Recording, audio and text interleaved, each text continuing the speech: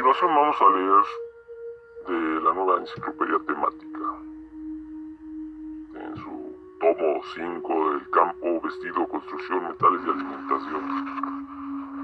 Esto lo digo para los que quieran corroborar la información. El capítulo que dice plantas que dan alimento, y en esta ocasión pues vamos a hablar del azúcar, ya que veo que hay mucha confusión al respecto en saber distinguir los tipos de azúcar que hay. Comienzan así. Es una foto del British Museum y está una imagen, y al pie de la foto dice: el azúcar siempre ha sido dulce, pero no siempre ha resultado conveniente usarlo. Aquí, por ejemplo, están los grandes terrones producidos por un trapiche de Florencia en el siglo XVI. La caña se cortaba a mano, como puede verse, la traían a lomo de asno y la desmenuzaban, según se advierte en primer término.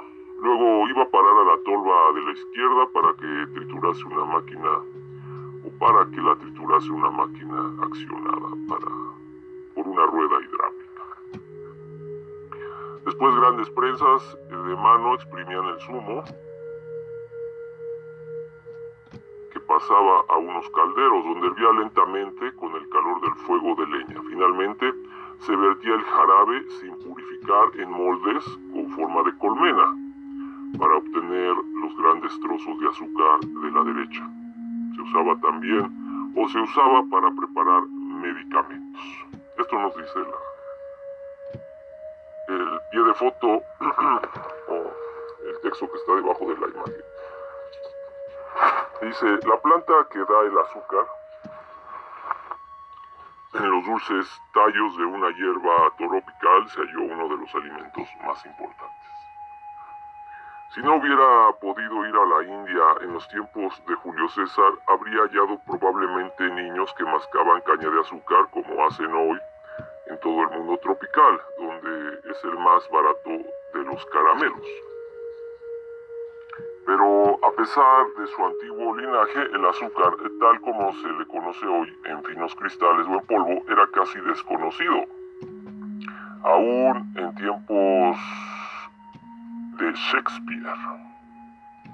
Y hasta 1840 resultaba tan caro que solo podían comprarlo los ricos. La historia de su desarrollo y generalización es interesante. Hace un siglo no era fácil conseguir un caramelo. Eran escasos y su precio elevado. Pero hoy cada persona come muchos kilogramos de azúcar al año.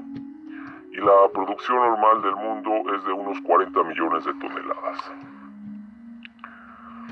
En realidad, la historia del azúcar se reduce a la historia del dulce zumo de la planta de donde se extrae, la caña.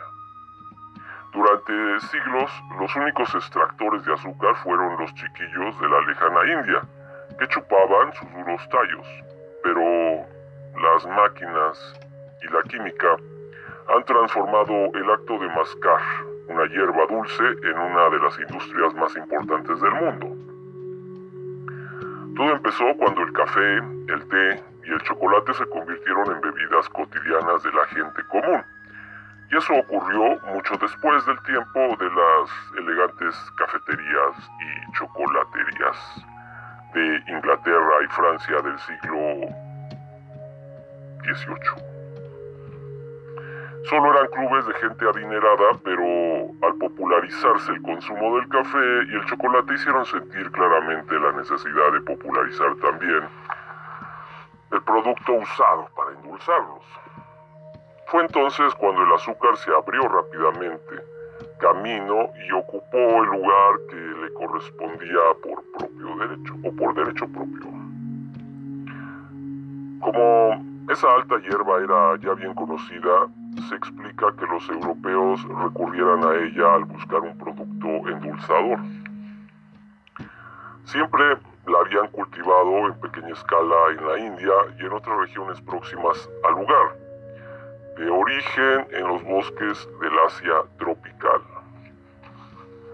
Allí los nativos habían inventado la manera de exprimir el zumo con toscos rodillos accionados por hombres y bueyes, y aún puede verse funcionar ese aparato en algunas apartadas granjas de la India y el Brasil. De este zumo se obtiene una tosca variedad de azúcar.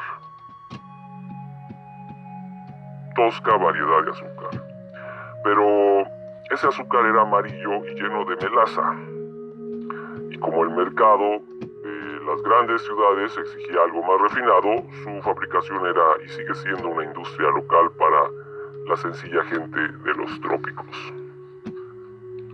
Difusión de la caña de azúcar.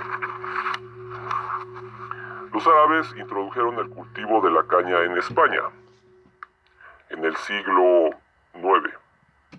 Cristóbal Colón la llevó a la isla de Santo Domingo a fines del siglo XV y allí se cultivó en gran escala. Por primera vez en América,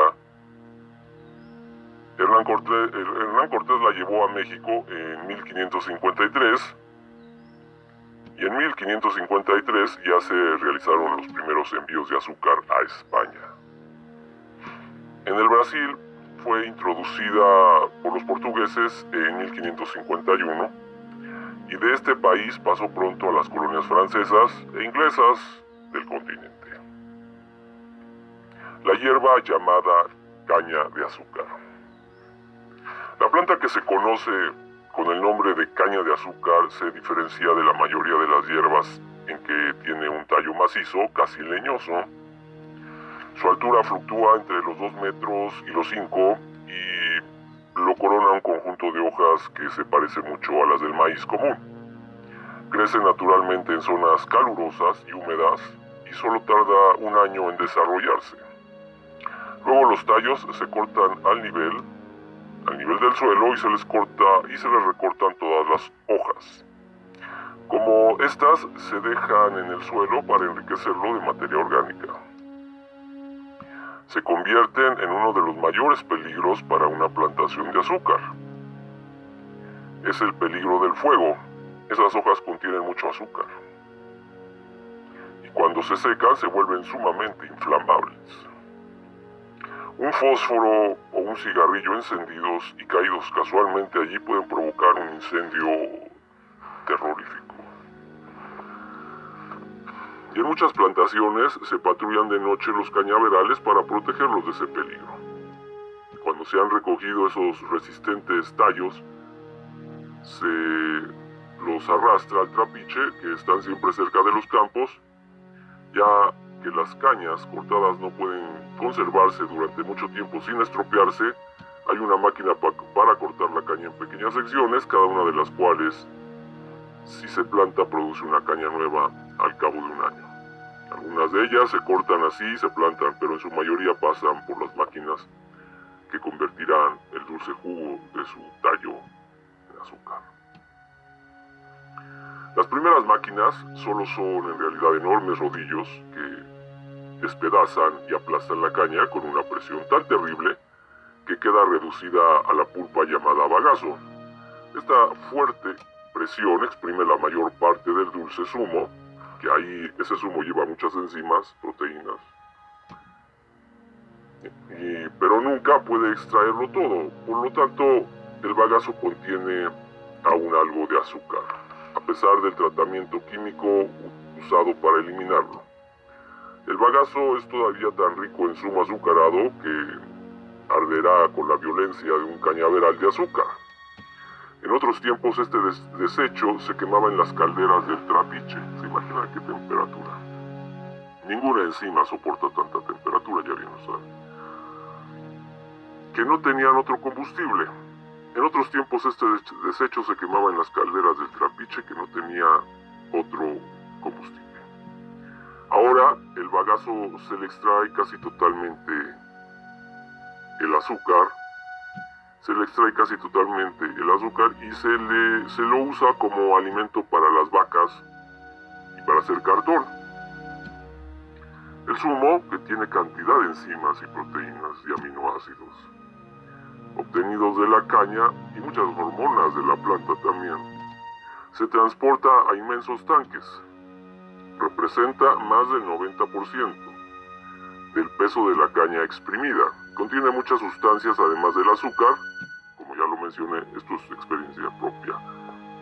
Que tiene proteínas, enzimas, aminoácidos, hormonas de la propia planta del azúcar de la caña. Y en esta etapa solo es una savia acuosa dulce. Para eliminar las impurezas, se lo trata con diversos productos químicos, sobre todo cal, anhídrido sulfuroso y anhídrido carbónico, cuyos efectos deben liberar el zumo del azúcar de todas sus impurezas. Y pues hidroliza todas las proteínas, ¿verdad? Y aminoácidos y enzimas. Pero contiene aún mucha agua y no se parece en nada el azúcar que se compra en la tienda. La manera más fácil de liberarse del agua es hacerla desaparecer hirviendo. Pero el zumo azucarado no soporta mucho calor, ni tampoco las proteínas, ni las enzimas, ni los aminoácidos, ni las hormonas, ni toda la vida que lleva una planta. Pero el zumo azucarado no soporta mucho calor, no se le debe hacer exceder una temperatura muy inferior al punto de ebullición usual de ese zumo. Sin embargo, hay que eliminar el agua. Con experimentos, los químicos han descubierto que sometido al vacío, el zumo puede hacerse hervir a una temperatura mucho más baja.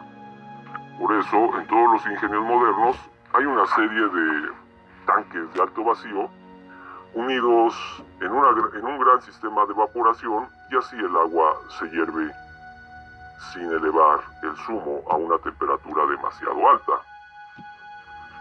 Cuando la mayor parte del agua ha sido eliminada, queda una sustancia que los trituradores de azúcar llaman líquido madre. Se trata de un fluido denso semejante a un jarabe del cual se sacará el azúcar crudo bajo la forma de cristales pardos. ¿Se imaginan cuánta energía se necesitó en esta fase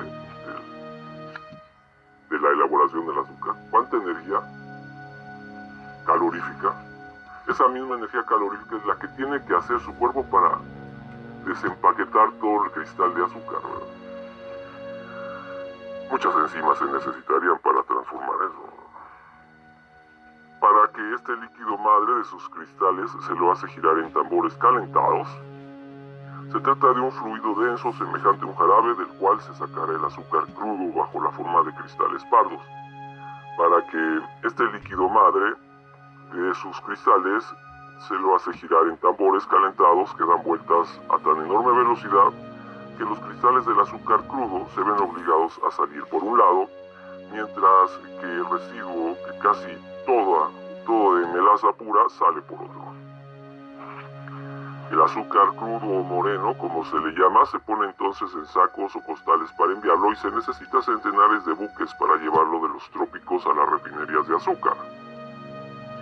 A las refinerías de azúcar del mundo, donde habrá de recorrer aún muchas etapas antes de convertirse en el azúcar ordinario que se ve sobre la mesa. Sin embargo, los países que tienen una mediana producción azucarera disponen ya de sus propias refinerías, de modo que el producto sale de ellas completamente terminado y empacado por los más modernos sistemas.